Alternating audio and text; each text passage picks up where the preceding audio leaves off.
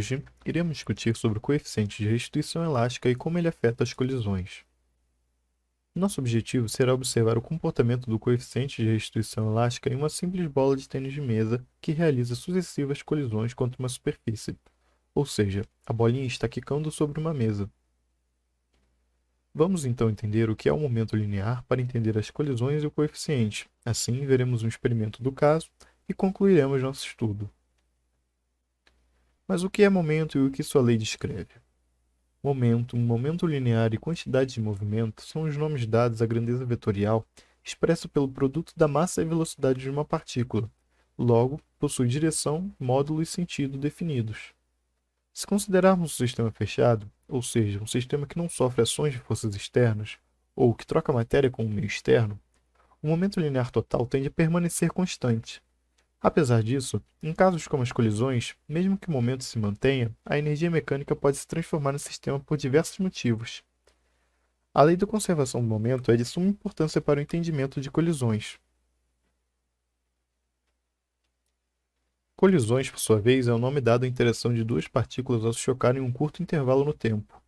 Se considerarmos uma colisão entre uma bola e uma superfície, as únicas forças atuantes no sistema são do par ação e reação. Assim, por não haver uma força externa envolvida no sistema, dizemos que é a conservação do momento. Já a conservação da energia está diretamente ligada ao coeficiente de restituição elástica. O coeficiente de restituição elástica irá nos mostrar o quanto a energia no sistema foi conservada após uma colisão. Por isso, temos três tipos de colisão: a elástica, a parcialmente elástica e a plástica. Para observarmos a grandeza do coeficiente de restituição, basta calcularmos a razão entre os módulos das diferenças de velocidades iniciais e finais de cada partícula envolvida, ou seja, a razão entre as velocidades de aproximação e afastamento dos corpos. Se obtivermos o resultado igual a 1, significa que a colisão foi elástica e a energia mecânica foi totalmente conservada no sistema. Se obtivermos o resultado entre 0 e 1, significa que a energia foi parcialmente perdida e os corpos seguiram separados após a colisão. E, se obtivermos o resultado igual a 0, a energia também foi perdida, porém em quantidade mais significante, e os corpos envolvidos permaneceram juntos após a colisão.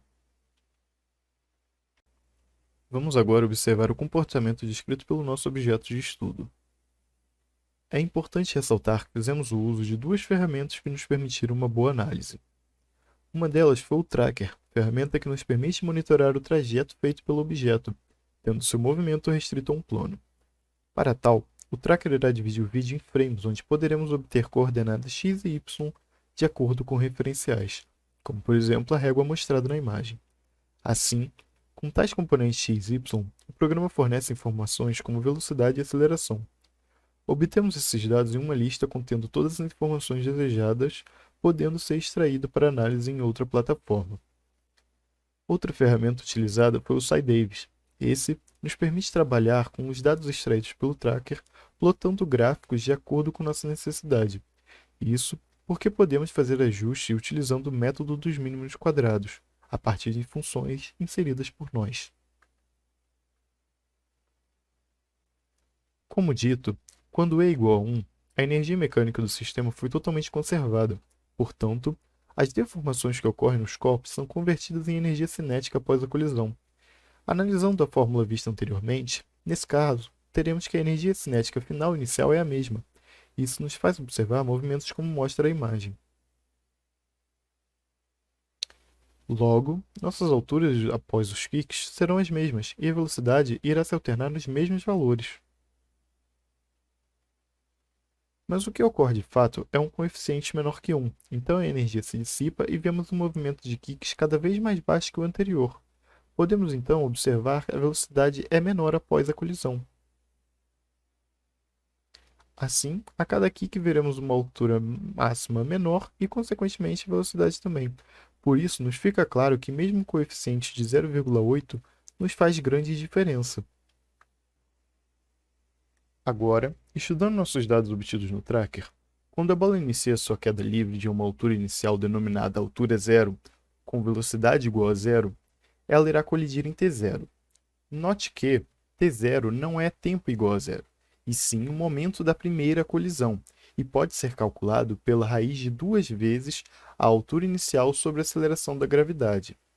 Então, sua equação horária da posição e velocidade irão mudar após a colisão. Já no início da próxima queda, ela partirá de uma altura 1, tendo se deslocado de t0. Temos novamente o movimento de parábola se repetindo, dessa vez partindo de altura 1 e colidindo em t1. Isso faz com que a próxima parábola se inicie à altura 2, deslocada de t1, seguindo as mudanças das equações após colidir. Vemos então um padrão sucessivo nos nossos kicks, pois novamente a queda se inicia a uma altura 2 e colide em t2. A próxima parábola se inicia à altura 3, deslocada de t2, sempre variando nossas equações. Isso se repetirá até não podermos mais observar os kicks e então a bola atingir o repouso. Por isso, devemos definir os instantes de tempos que dividem os trechos. Logo, começamos a considerar então o coeficiente de restituição e a energia a cada iésima colisão. Considerando esses dados utilizando a ferramenta SciDavis, conseguimos obter equações de velocidade e movimento em função do tempo. As equações mostradas são uniões de cada trecho do movimento, tudo isso dentro de um intervalo entre um kick e outro. A nossa altura zero foi 1 metro e após definir o tempo dos kicks, ajustamos cada trecho dos dados experimentais. Isso nos permite ver essa diferenciação mostrada no gráfico. Temos agora nossos dados expressos de acordo com a energia e o coeficiente da iésima colisão.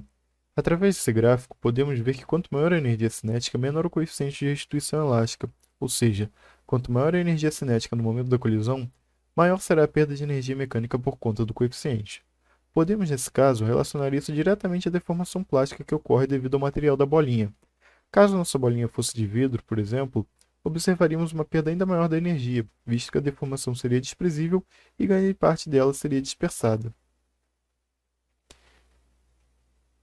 Reduzimos então a altura inicial do primeiro kick consideravelmente, já que quanto maior a altura, maior a dissipação da energia mecânica. Assim, após uma certa perda de energia nos primeiros kicks, podemos observar uma estabilização da dissipação. Isso nos traz uma condição onde o coeficiente se torna constante, em torno de 0,87. Dessa forma, podemos montar todos os kicks definidos por uma só função da velocidade e movimento. Isso requer, então, que usemos um padrão de instantes em função de t0 e da quantidade de kicks. Assim, cada enésima colisão ocorrerá em Tn, e para validarmos isso para qualquer momento, criamos a seguinte função pulso. Nessa, os pontos A e B definem onde começam e terminam cada kick, permitindo sua aplicação universal. Obtemos então t0 e as funções universais de velocidade e movimento das nossas colisões, tendo como base as equações vistas anteriormente. Vamos estar considerando os 16 primeiros kicks após t0. Assim, obtivemos uma média para o coeficiente de restituição elástica de 0,869, após o ajuste no SciDavis. Vendo ambos os gráficos plotados com os dados obtidos e ajustados com as funções escritas, podemos então confirmar o resultado teórico esperado. Mas o que podemos concluir disso tudo? Começamos entendendo o que é momento e a sua conservação em uma colisão. Em um sistema fechado, o momento, que é produto da massa e velocidade de uma partícula, será igual antes e após uma colisão. A colisão é a interação em um curto intervalo de tempo entre partículas, e pode ser dividida em 3 tipos de acordo com o coeficiente de restituição elástica, e será a colisão elástica, parcialmente elástica ou inelástica. O coeficiente de restituição elástica nos diz o quanto a energia mecânica foi dispersada em um sistema, pois a conservação do momento não domina a conservação da energia. Sendo a razão das velocidades de aproximação e afastamento de uma colisão, seu resultado pode aparecer de 3 formas. Se igual a 1, então a energia do sistema se conservou totalmente, de forma que os corpos se mantiveram separados após a colisão. Se entre 0 e 1, houve certa dissipação da energia, mas ainda assim os corpos se mantiveram separados. E se igual a 0, então o percentual de energia dissipada foi ainda maior, de modo que os corpos se mantiveram grudados como um só após a colisão. Vimos então o movimento teórico e prático do kicks da bola. Caso a energia não se dispersasse no meio, tendo E igual a 1, os kicks teriam sempre a mesma altura e nunca cessariam, pois a velocidade iria variar sempre entre os mesmos valores.